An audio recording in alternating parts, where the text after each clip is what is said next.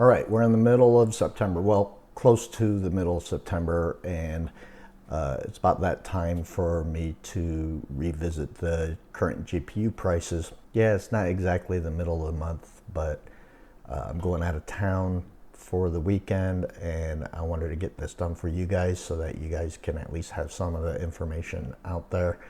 We're close enough where I don't think it's going to make much of a difference between a couple of days here. So we're going to get this done and get this out to you guys. All right. So I do want to remind you that I have two other videos on GPU prices, one for the month of July and one for the month of August. This is the one for the month of September year to date.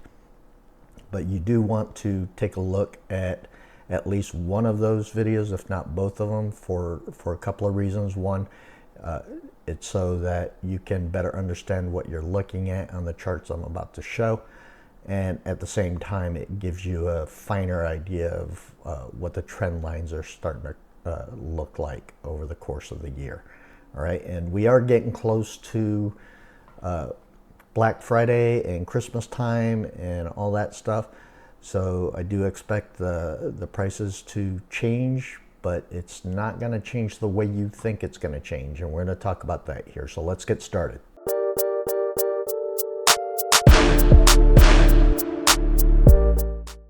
All right, as you can see here in September, between August and September, so like the 4090 price has increased more than $50 right there.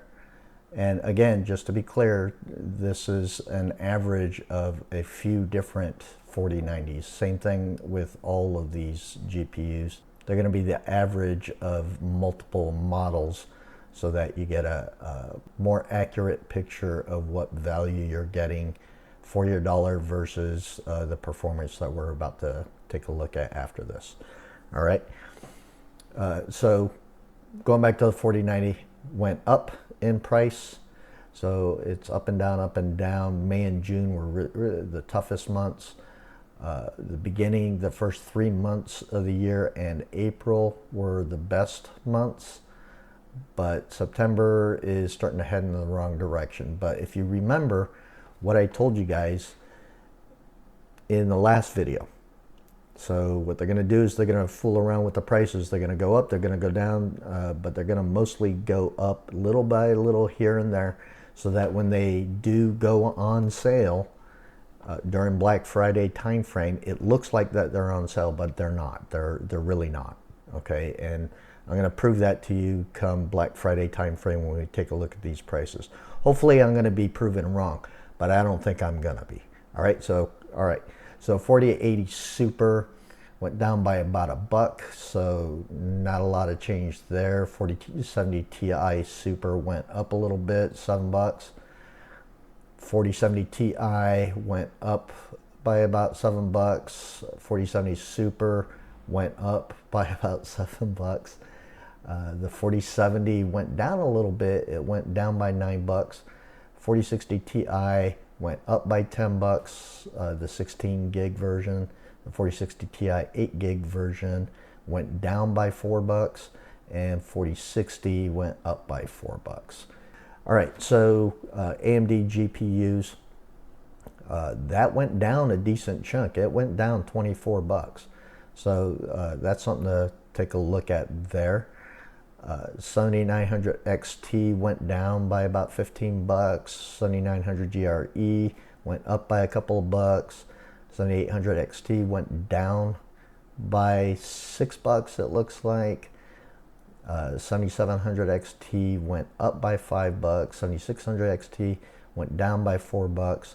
7600 went up by a couple of bucks. 6800 went down by $5. 6800, there's only one model for me to take a look at, mostly because the other AIBs, there's one that's at 430, and then all the rest that were available from AIBs was like $790. I think it was like $789, but $790 and above. So it would skew the numbers so much that I just chose to use just the one model that I saw at 360. 6750 XT, kind of a similar situation there. That went down by 19 bucks, so that's a good one. But there was only 2 models that I could use as examples. There was one model at $398, and the rest started at $539, almost 540 bucks and above. So yeah, that would have skewed it way too much. So I just looked at those 2 models as an average price. 6650 XT, another example of this. That went down by $44. So that's good, but it's not as good as you think it is. But let me touch on this first. The 6650 XT also only had 2 models. After that, the next one available from an AIB was 373, and then from there it went 460 and above. So again, another skew point. So I just used the average of those 2 models that were the lowest prices. So that's the 243 right there. Now going back to why that looks good, it went from 287 to 243, it went down 44 bucks, right? But if you look back at the month of July, it was $236. And before that it was $225, $230, $230. So that 243, although it looks good relative to August, it's still not a very good price. It's not a bad price, but it's certainly not a great price. All right, the 6600 went down a couple of bucks. A770 went down by a couple of bucks, which I find interesting because the A770 looks like there might be some scarcity coming into play pretty soon here. So keep an eye on that. That price might go up next month or towards the back end of this month. A750 went up a couple of bucks. The A580 stayed flat, but again, for the A580, there's only a couple of models available for me to do the average price. So, but then again, at the same time, the A580, there's not a lot of people getting the A580. It's not a good card. Even at that price point, it's not a very good card. So I'd stay away from that A580. Anyway, so last video we talked about the month-to-month changes in the average percentage. So the average percentage, as a reminder, is the average of changes from month to month to month to month overall. So it changes with these numbers on this one, an average of 0.4% going up in price. That's why it's red, right? And as another example, the 4080 Super goes down in price an average of 0.1% every month, right? That's what that number is for, that column. All right, so everything's in green except for the 4090 and the A580, right? It's an okay indicator to look at as long as you're looking at it in conjunction with other indicators. Recent percentage changes, that's just for edification more than anything. It's not a column I created to specifically touch on specific points on here, unless there's like a major movement. Like for instance, the 6650 XT had a major movement at minus 15.3%. But again, as we just talked about, that 243 looks good, but it's not. See, and that's an example why this column, although it's a good data point to be looking at in conjunction with others, if you look at it in a vacuum, it has the possibility of steering you in the wrong direction. All right. The column that you really want to look at is the January versus August percentage change, because that tells you overall between January, if you compare the January price to the latest month price, what that price change is, that percentage change is. And that'll give you more of an accurate trend of what's happening. So for instance, the 4090 is going in the wrong direction. It's still going in the wrong direction. It's gone up 3.3% since from January compared to September. It was closer, I think, if I recall correctly, around 3% or 3.1% at 1724. But now it's at 3.3%, going in the wrong direction. 4080 Super is at negative 1.3%. 4070 Ti Super is at negative 3.6%. So as a reminder, red is bad, orange is warning sign, blue is decent. That means it's 5% or greater than 5% change in price in the correct direction, right? So 4070 Ti went down 5.5%, and so on and so forth. And so points of interest would be that 12% mark for the 7700 XT. You got the 12.4% price change January versus September for the 6800. You got a 20.5% price change in the 6750 XT. It's 12 gigabytes of VRAM. It's at its lowest price point since the beginning of the year. It has not been lower since January, and it's lower by a decent chunk, by 80 bucks, 390 versus 310. So that's one to keep an eye on. There might be a glut in the market for this GPU, and they're lowering the price to be able to sell it more. So we'll take a closer look at that price to performance here shortly. All right. And the rest of the numbers, well, I mean, that it's almost 10% at the 6600. So that's a pretty decent change in price. $191 isn't a very bad price for a 6600 8 gig. I really wish that the 4060 were closer to that price point. But, you know, unfortunately, that doesn't look like it's in the cards. All right, so yeah, that's the overall price changes between August and September and January versus September. Those are the two most important things for you to look at. Average percentage change is kind of important because it tells you kind of a projection of what to expect the next month.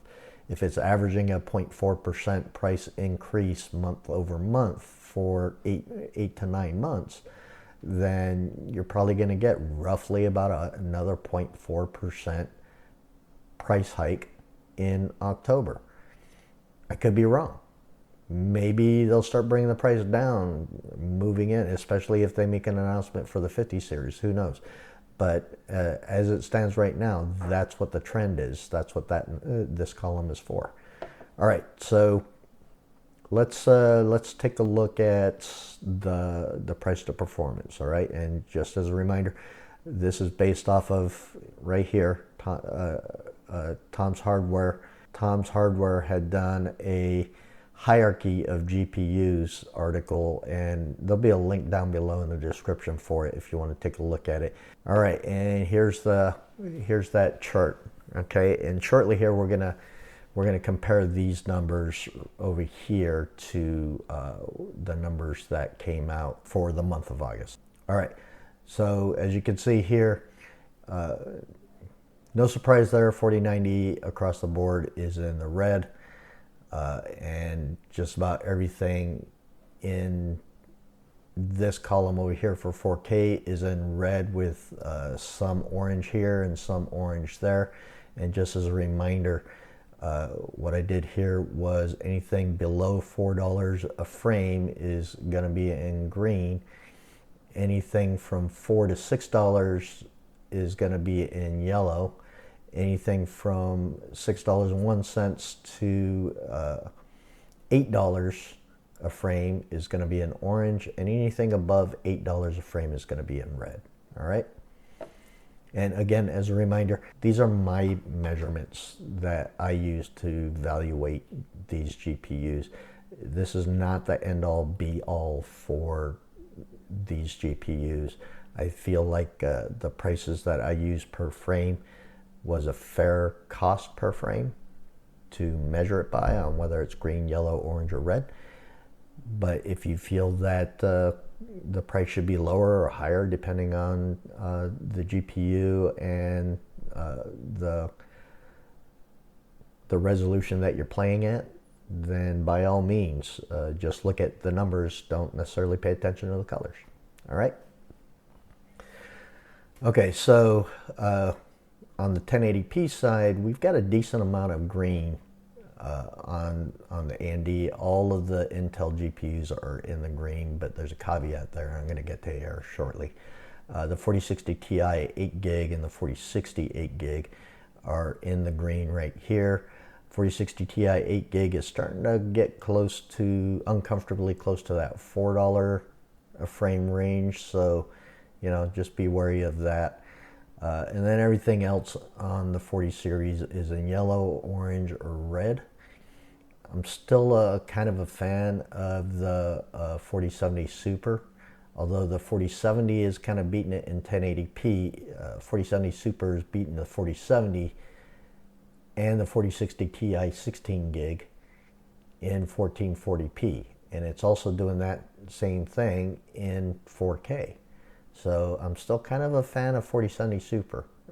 I'm hoping that price comes down a little bit more, maybe another 5 to 10%, and I think that'll be a good price. And 1440p, we've got a decent chunk of, or nearly half the 40 series is in orange or red, and then just over half of the 40 series is in yellow. There are no greens in 1440p for NVIDIA. But wait, there are no greens in 1440p for the AMD GPUs either. But to be fair, you got their top performing GPU, the 7900 XTX at 1440p is costing you $6.75 a frame, right? Which is just a little bit higher than the 4070 Ti Super, right? Now, if you do a fair comparison, which should be, in my opinion, the 7900 XTX should be compared to the 4080 Super, not the 4090. If you look at the frame rates for 7900 XTX and the 4080 Super, for 1080p, for 1440p, and for 4K Ultra, they're fairly close, right? So I think, and their price points are kind of close too. So yeah, I think that's a more fair comparison, even though the VRAM is 8 gigs less on the 4080 Super. It's still performing pretty closely just below the 7900 XTX. And that tells you right there that that extra 8 gigs of VRAM is not the make or break. It's not. People think that VRAM is one of the most important things. It is important. It's just not as important as people think it is. All right.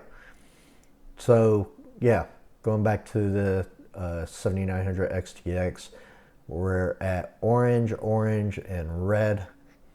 And then we've got 7900 XT, yellow, yellow, red. And then from there, it's the same story as last month, in that you've got these two that are in red and 4K, but these three and the two below it are in orange.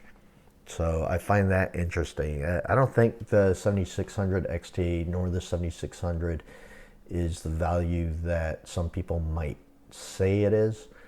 They both have decent value at 1080p, but once you get into 1440p and 4K, it doesn't hold up. Neither of those hold up, because you've got the 7700 that outperforms it in cost per frame, in 1080p as well, but not a whole lot, but a decent chunk better in 1440 and 4K.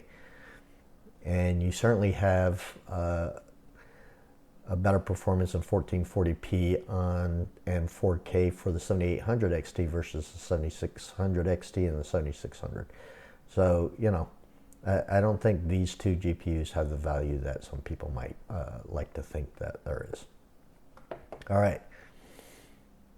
And then you've got the 6800, 6750 XT, 6650 XT. Now remember that that one and the 6600 weren't tested at 4K. I don't think they can work at 4K. That's why there hasn't been any data on that. I might see if I can get a hold of a couple of these cards and test them out myself just to see, but for as it stands right now, there's no data for that for those two for 4K. And then you've got the Intel GPUs that are green, primarily green right here. Around the middle of the range in yellow on this 1440p for A770, it is a big jump from 485 to 816 for the 4K, and A750.